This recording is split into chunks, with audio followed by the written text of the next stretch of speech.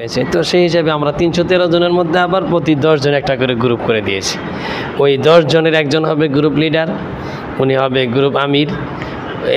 উনি 10 জনের টাকা উঠাবে, 10 জনের টাকা হিসাব নিকাশ করবে এবং কোনো মিটিং থাকলে সে জানাবে, কোনো জায়গায় কোনো কাজ থাকলে এগুলো তিনি জানাবে। এভাবে পরবর্তীতে যখন আমরা এটা ব্যাপক আকারে ধারণ করবে, ওই সময় হয়তো 10 জন করে এই একটা বিল্ডিং, যে বিল্ডিংয়ের মালিক হবে 10 জন, আর একটা মাদ্রাসা, ওই বিল্ডিংয়ে মসজিদ, মাদ্রাসা, মার্কেট এ জাতীয় অনেক কিছুই থাকবে। অর্থাৎ নিজের উপকার, জনগণের উপকার, সকল প্রকারের উপকার সহ অনেক কিছুই থাকবে, যেটার মালিক হবে 10 জন।